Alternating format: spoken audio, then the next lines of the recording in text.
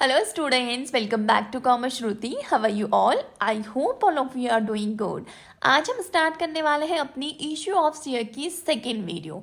हमने एक वीडियो इस पे ऑलरेडी अपलोड कर लिया जिसमें मैंने आपको सारा बेसिक कवर कर रखा है आपकी इशू ऑफ शेयर का। हमने देखा है वहाँ पे कि शेयर्स क्या होते हैं, शेयर कैपिटल क्या होती है, शेयर कैपिटल कितने टाइप की हो सकती है। हमने मेनली वहाँ पे ऑथराइज्ड, इशूड और सब्सक्राइब शेयर कैपिटल के बारे में डिटेल में डिस्कस किया है। साथ ही साथ मैंने आपको कुछ छोटे टर्म्स बताए जैसे कि मेमोरेंडम ऑफ एसोसिएशन क्या होता है, मिनिमम सब्सक्रिप्शन क्या होता है, और उसके साथ ही साथ मैंने आपको वहाँ पे ओवर सब्सक्रिप्शन और अंडर सब्सक्रिप्शन का कॉन्सेप्ट भी कवर कराया है। तो अगर अभी तक आपने वो वीडियो नहीं देखी है तो आई विल सजेस्ट यू कि पहले आप उस वीडियो को जाके देखिए, लिंक मैं यहाँ पे डिस्क्रिप्शन बॉक्स में डाल दूंगी। ओके, एंड आज की वीडियो भी बहुत इंपॉर्टेंट होने वाली है क्योंकि आज की वीडियो में हम डिस्कस करेंगे general entries at the time of issue of share, one of the most important topic of issue of share. तो without wasting any time start करते हैं आज की वीडियो।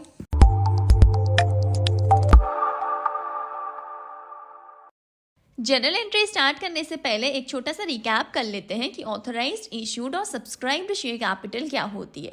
ऑथराइज्ड शेयर कैपिटल का मतलब होता है कि एक कंपनी के पास कितने शेयर इशू करवाने की अथॉरिटी है। जैसे यहाँ पे मेंशन किया गया, एक कंपनी थी वो फॉर्म हुई है with ₹50 lakh as capital divided into 5 lakh shares of ₹10 each, यानी कि कंपनी के पास अथॉरिटी है कि वो 5 लाख शेयर इशू करवा सकती है। एक शेयर की वैल्यू 10 है तो वो 50 लाख तक का फंड क्या कर सकती है, रेज कर सकती है।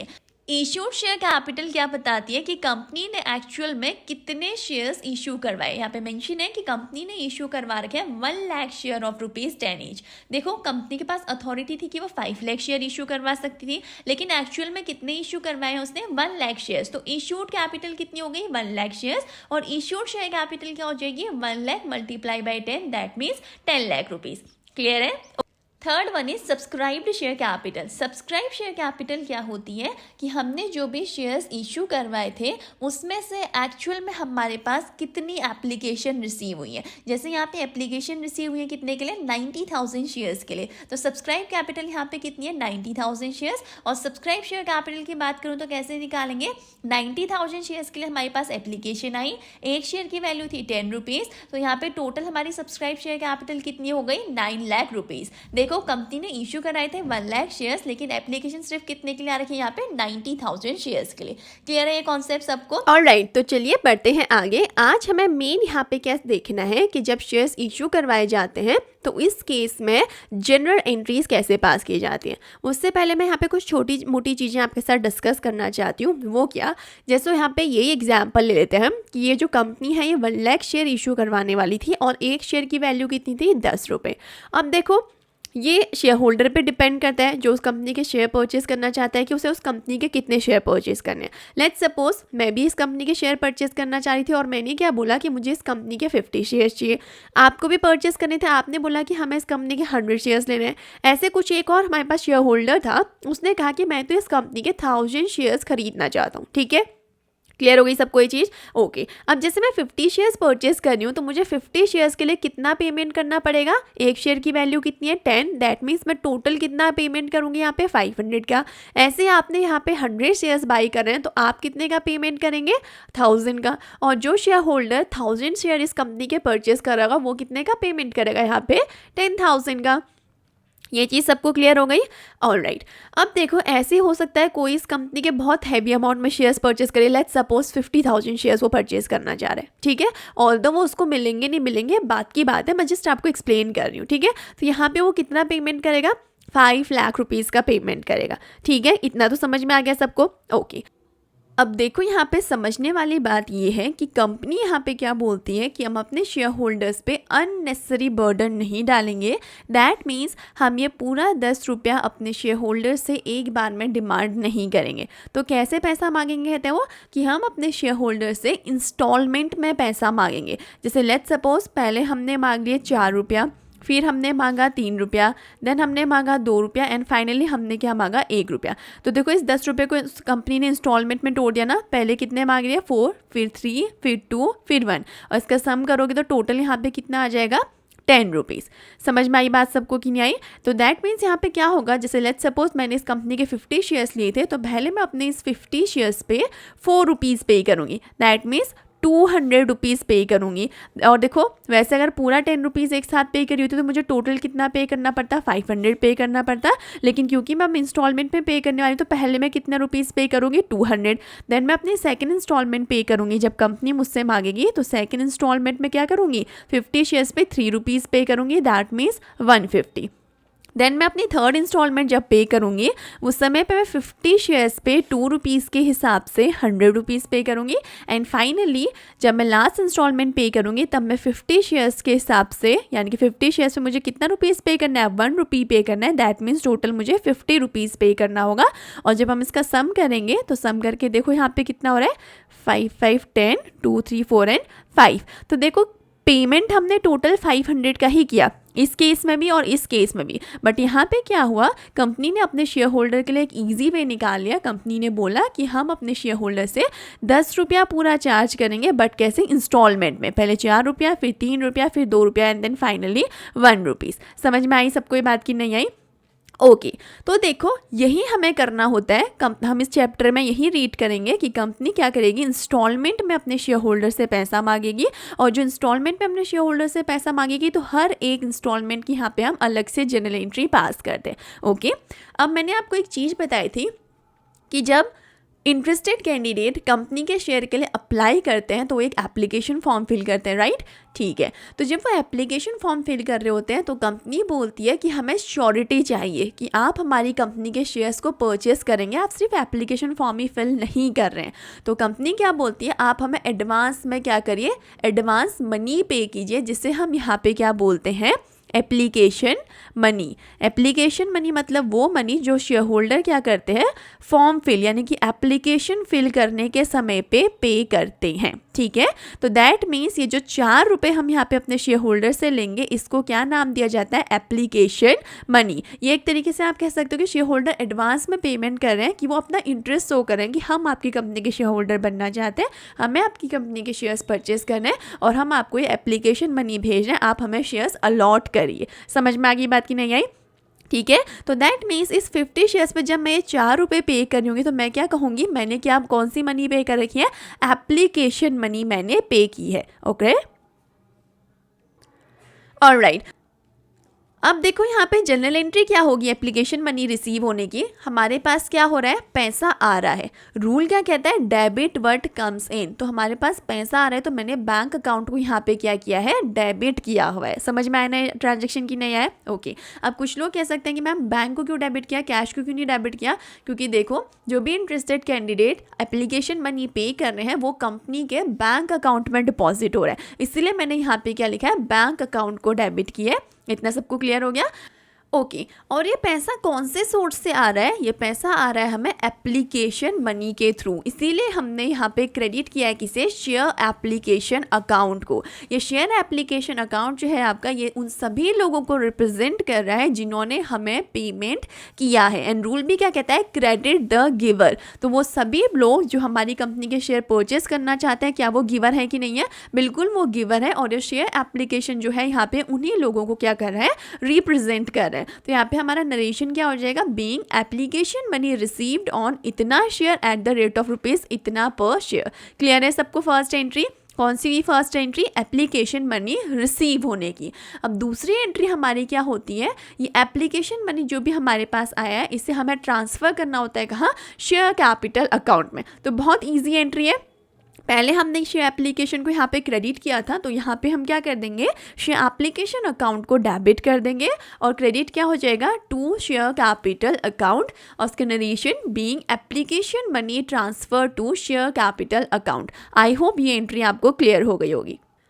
अच्छा, वन मोर थिंग, ये जो शेयर कैपिटल अकाउंट है ना, यहाँ पे ये ओनर की इक्विटी को रिप्रेजेंट कर रहा है। आपने क्लास 11th में भी ये चीज़ पढ़ी होगी, जब वहाँ पे बेसिक्स पढ़े होंगे कि जब ओनर बिजनेस में पैसा कंट्रीब्यूट करता है तो बिजनेस उसे किस नाम से रिकॉर्ड करता है, कैपिटल के नाम से रिकॉर्ड करता है। यानी कि कैपिटल अकाउंट वहाँ पे क्या रिप्रेजेंट कर रहा होता है, ओनर के पैसे को रिप्रेजेंट कर रहा होता है। वैसे यहाँ पे जो आपका शेयर कैपिटल अकाउंट है ना, ये किसको रिप्रेजेंट कर रहा है, ये भी ओनर की इक्विटी को रिप्रेजेंट कर रहा है। क्यों? क्योंकि ये जो पैसा है ना, ये किसका पैसा है, अल्टीमेटली ये पब्लिक का पैसा है। एंड कल के दिन जितने भी लोगों ने कंपनी के शेयर्स के लिए अप्लाई किया होगा वो कंपनी के शेयर होल्डर्स बनेंगे, और जो कंपनी के शेयर होल्डर्स होते हैं वो अल्टीमेटली कंपनी के क्या होते हैं, ओनर होते हैं। इसीलिए जो शेयर कैपिटल अकाउंट है यहाँ पे ये ओनर की इक्विटी को यहाँ पे रिप्रेजेंट कर रहा है। आई होप ये चीज़ आपको क्लियर है।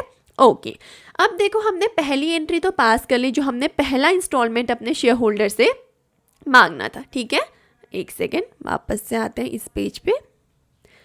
ऑलराइट, तो हमने पहला इंस्टॉलमेंट मांग लिया, देखो जिसको हमने क्या नाम दिया कि हमारी एप्लीकेशन मनी है, यानी कि ये पैसा हम अपने शेयर होल्डर से कब मांगेंगे, जब हमारे शेयर होल्डर या इंटरेस्टेड कैंडिडेट क्या कर रहे होंगे, हमारी कंपनी के शेयर के लिए एप्लीकेशन फॉर्म फिल कर रहे होंगे या अप्लाई करोगे। ठीक है, ओके, अब एप्लीकेशन फॉर्म फिल कर दिया, हमारे पास पैसा आ गया, हमने उस पैसे को शेयर कैपिटल में भी ट्रांसफ़र कर दिया। अब कंपनी कहती है कि जो भी कैंडिडेट थे जिन्होंने भी एप्लीकेशन मनी पे करी है, अब हम क्या करेंगे, उनको शेयर्स अलॉट करेंगे। देखो अभी तक कंपनी ने शेयर दिए नहीं है, अभी तो सिर्फ इंटरेस्टेड कैंडिडेट्स ने एप्लीकेशन फॉर्म फिल किया था। अब कंपनी के पास पैसा आ गया, तो जितने लोगों ने पैसा दिया है कंपनी अब उनको क्या करेगी, अपनी कंपनी के शेयर्स अलॉट करेगी। ठीक है, तो शेयर अलॉट करते समय कंपनी ने बोला कि आपने 4 रुपये तो दे दिए, अब हम अलॉटमेंट का प्रोसीजर स्टार्ट करने जा रहे हैं। अब आप हमें क्या करिए, हमारी नेक्स्ट इंस्टॉलमेंट भी पे करिए, जो कि कितने हैं, 3 रुपया। जैसे कि मैं यहाँ पे 50 शेयर खरीद रही हूँ, तो मैं क्या करूँगी, अब जब कंपनी मुझसे अलॉटमेंट का पैसा मांगेगी, ध्यान देना मैं क्या कह रही हूँ कि कंपनी बोल रही है कि अब हम शेयर अलॉट करने की प्रोसीजर को स्टार्ट करें, अब आप हमें ये 3 रुपया भी पे करिए। ठीक है, तो दैट मीन्स मुझे इस 50 शेयर पे ये 3 रुपया भी पे करना है। दैट मीन्स मैं अब क्या करूँगी, 150 रुपीज़ यहाँ पे करूँगी। और कंपनी इसको क्या बोलती है कि ये कौन सा पैसा है, इस इंस्टॉलमेंट का नाम दिया जाता है अलॉटमेंट मनी। समझ में आई बात या नहीं आई? ठीक है, तो अब कंपनी ने क्या करा, कंपनी ने इस अलॉटमेंट मनी को अपने शेयर होल्डर से मांगा है। अब मेन डिफरेंस आपका यहीं पे आता है। कैसा डिफरेंस, देखो यहाँ पे एप्लीकेशन का पैसा पहले हमारे पास आया था, जो भी इंटरेस्टेड कैंडिडेट थे उन्होंने हमें एप्लीकेशन का पैसा पे किया था। लेकिन अब क्या हो रहा है, अब कंपनी मांग रही है, कंपनी कह रही है कि हम आपको शेयर अलॉट करने जा रहे हैं, आप हमें 3 रुपया हमारा जो नेक्स्ट इंस्टॉलमेंट बनता है वो पे करिए, उसके बाद हम आपको आपके शेयर्स आपको अलॉट कर देंगे। ठीक है, तो नेक्स्ट एंट्री क्या हुई यहाँ पे देखा जाए तो अलॉटमेंट मनी को मांगने की। और अकाउंट्स के टर्म्स में बोलूं तो यहाँ पे बोला जाता है कि अलॉटमेंट मनी को ड्यू करा गया है। ड्यू करना मतलब क्या, अलॉटमेंट मनी का पैसा मांगना। तो ड्यू करने की एंट्री यहाँ पे क्या होगी, पहले share allotment account debit to share capital account, narration being share allotment money made due on इतना शेयर एट द रुपीज़ इतना पर शेयर। क्लियर हुई सबको ये बात? ड्यू करने का मतलब क्या है कि हमने कंपनी ने, जो भी बिजनेस है उसने क्या करा है, अपने शेयर होल्डर से अलॉटमेंट का पैसा मांग दिया है, तो एंट्री ये हो गई। अब दूसरी एंट्री फिर यहाँ पे क्या होगी, क्योंकि पहले पैसा मांगा है, पहले कॉल ड्यू ही है, तो पहले हमने ड्यू करा, अब पैसा आएगा हमारे पास। हमने शेयर होल्डर से पैसा मांगा ना, तो अब शेयर होल्डर क्या करेंगे, हमें पैसा देंगे। तो देंगे तो हमारे पास क्या आएगा, फिर से हमारे बैंक में पैसा आएगा, तो हमने बैंक अकाउंट को डेबिट किया। रूल क्या कहता है, डेबिट व्हाट कम्स इन। और कौन से सोर्स से आ रहा है, शेयर अलॉटमेंट का पैसा आ रहा है, तो शेयर अलॉटमेंट अकाउंट को क्रेडिट कर दिया। जैसे यहाँ पे क्या हो रहा था, एप्लीकेशन के सोर्स से पैसा आ रहा था ना, तो एप्लीकेशन को हमने शेयर एप्लीकेशन अकाउंट को क्रेडिट किया था। वैसे यहाँ पे क्या हो रहा है, अलॉटमेंट का पैसा आ रहा है, तो हमने यहाँ पे क्या किया है, शेयर अलॉटमेंट अकाउंट को क्रेडिट किया है। क्लियर है सबको? Being amount received on allotment on इतना share at the rate of rupees इतना पर शेयर। क्लियर है ना सबको? ये चीज़ बहुत ईजी था। ठीक हो गया। अब कंपनी ने एप्लीकेशन का पैसा वाले भी एंट्री हो गई, अलॉटमेंट वाली एंट्री भी हो गई। अब कंपनी ने बोला ठीक है, अब हमें ये 2 रुपये की भी ज़रूरत है, हम क्या करते हैं, अपने शेयर होल्डर से 2 रुपीज़ भी क्या करते हैं, मांग लेते हैं। तो यहाँ पे कंपनी अब क्या करती है, कॉल करती है। ठीक है, कॉल करने का मतलब क्या है कि कंपनी ने अपने शेयर होल्डर को कॉल किया और बोला कि आप हमें अपने शेयर पे अब ये 2 रुपीज़ भी पे करिए, हमें इस फंड की नीड है। ठीक है, तो कंपनी ने यहाँ पे क्या की है, कॉल की है, इसीलिए इसको क्या बोला जाता है, कॉल मनी। आई बात समझ में कि नहीं आई? Call money. ठीक है, अब देखो क्योंकि कंपनी ने इसके बाद भी एक और बार पैसा मांगा है, तो हम ना इन कॉल्स को नाम दे देते हैं। जैसे हम इसको कह देंगे हमारी फर्स्ट कॉल थी। ठीक है, ऐसे अगली बार अगर हम कॉल करेंगे उसको हम बोल देंगे कि हमारी सेकंड कॉल है। क्लियर हो रहा है सबको ये? तो इसको क्या बोलते हैं, हम फर्स्ट कॉल मनी बोलते हैं। और इस केस में एंट्री क्या पास करेंगे, सबसे पहले हमने क्या किया, कंपनी ने क्या किया है, ये 2 रुपया मांगा है, तो हमें इस कॉल मनी को पहले क्या करना पड़ेगा, ड्यू करना पड़ेगा अलॉटमेंट की तरह ही। तो हम क्या करेंगे, पहले अपने शेयर होल्डर से पैसा मांगेंगे। पैसा मांगने की एंट्री क्या है, शेयर कौन सा पैसा मांग रहे हैं, फर्स्ट कॉल का पैसा मांग रहे हैं, तो share first call account debit to share capital account को क्रेडिट कर देंगे, being first call due on इतना share at the rate of rupees इतना पर शेयर। क्लियर है सबको इतना? ओके, पैसा मांग दिया। अब दूसरी एंट्री क्या होगी, पैसा कलेक्ट करने की। अब शेयर होल्डर ने हमें पैसा पे कर दिया तो क्या होगा, बैंक अकाउंट डेबिट, क्योंकि रूल क्या कहता है, डेबिट वर्ड कम्स इन, और कौन से सोर्स से आ रहा है, to share first call account, तो इसको हमने क्या कर दिया, यहाँ पे क्रेडिट कर दिया। Narration being first call money received on इतना share at the rate of rupees इतना पर शेयर। क्लियर है ना सबको ये? ऑलराइट, अब ये तीनों की एंट्री तो हो गई। अब हम कंपनी को क्या करना है, लास्ट 1 रुपीज़ मांगना है। कंपनी ने इसके लिए भी क्या किया, अपने शेयर होल्डर को कॉल किया और बोला कि हमें अब ये लास्ट इंस्टॉलमेंट भी पे कर दीजिए। इसको हमने नाम क्या दिया, सेकेंड कॉल। ठीक है, और देखो इसके बाद कोई कॉल नहीं थी, कुछ नहीं था, तो इसी के साथ हम इसको क्या बोलते हैं, सेकेंड एंड फाइनल कॉल इसको बोला जाता है। और देखो एक और चीज़ यहीं पे क्लियर कर देती हूँ, इन केस कंपनी सिर्फ 3 इंस्टॉलमेंट में पैसा मांग रही होती, मानो 5 रुपया एप्लीकेशन के टाइम पे मांग रही होती, फिर 4 रुपया अलॉटमेंट में, 5, 6, 7, 8, 9 और 1 रुपया वो फर्स्ट कॉल पे मांग रही होती, तो इस केस में क्या होता, ये तो हमारा एप्लीकेशन के टाइम पे मांगा जाता, इसको हम बोल देते हैं अलॉटमेंट मनी है, और इसको हम फर्स्ट कॉल मनी बोलते ना, क्योंकि इसके बाद कोई और कॉल नहीं है, तो इसी को हम फर्स्ट कॉल एंड यहाँ पे फाइनल कॉल बोल देते। ठीक है, मतलब जो भी आपके लास्ट कॉल होगी ना, उसके साथ आपको ये फाइनल कॉल वर्ड ऐड करना है, बस इतना सा ध्यान रखो। अगर सिर्फ फर्स्ट कॉल कर, जैसे यहाँ पे सिर्फ फर्स्ट कॉल के बाद कोई कॉल नहीं करी तो फर्स्ट एंड फाइनल कॉल बोल देंगे इसको, लेकिन यहाँ पे सेकेंड कॉल भी किया तो यहाँ पे हमने सिर्फ इसको क्या बोला, फर्स्ट कॉल मनी बोला। अब कंपनी ने सेकेंड कॉल भी की थी तो हम इसको हम क्या बोलेंगे, सेकेंड एंड फाइनल कॉल। समझ में आ गई ना बात?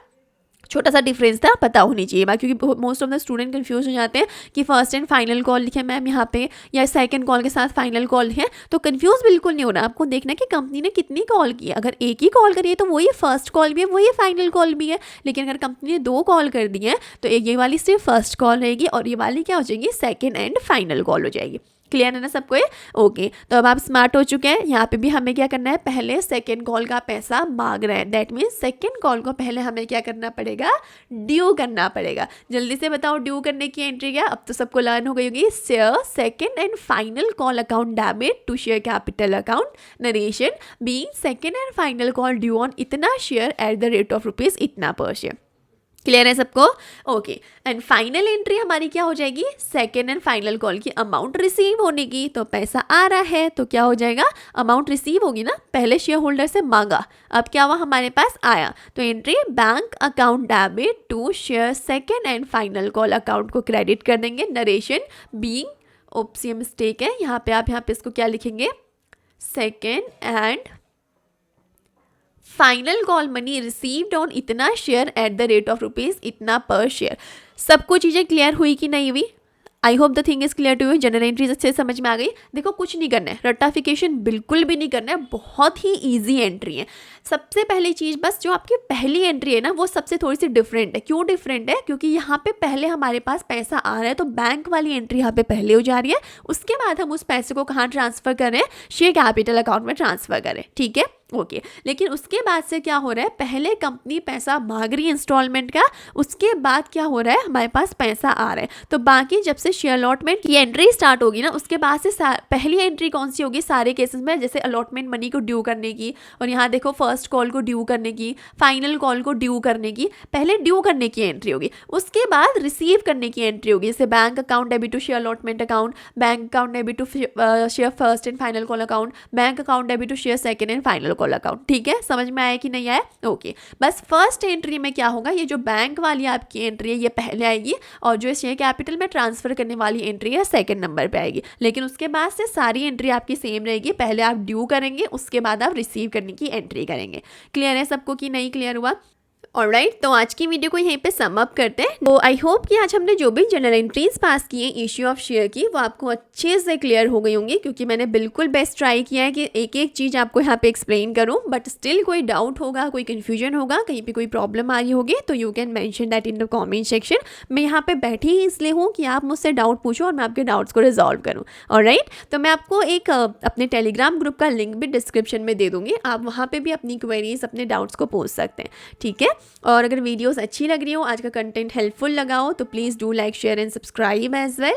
नेक्स्ट वीडियो में मिलेंगे अब हम नए कॉन्सेप्ट के साथ, जहाँ पे हम यहाँ इश्यू ऑफ शेयर के प्रैक्टिकल्स क्वेश्चन करेंगे। दैट मीन्स नेक्स्ट क्लास से हमारे प्रैक्टिकल स्टार्ट होने वाले हैं। तो आई विल सजेस्ट यू कि तब तक आप इस वीडियो को 2 से 3 बार देख के रिवाइज कर लीजिए, ताकि आपको जनरल एंट्रीज में वहाँ पे कोई भी कन्फ्यूजन, कोई भी प्रॉब्लम ना आए, ठीक है। तो वीडियो को ज़्यादा लंबा नहीं करते हैं, यहीं पे सम अप करते हैं। मिलते हैं नेक्स्ट वीडियो में with a new concept, that is the practicals of issue of shares.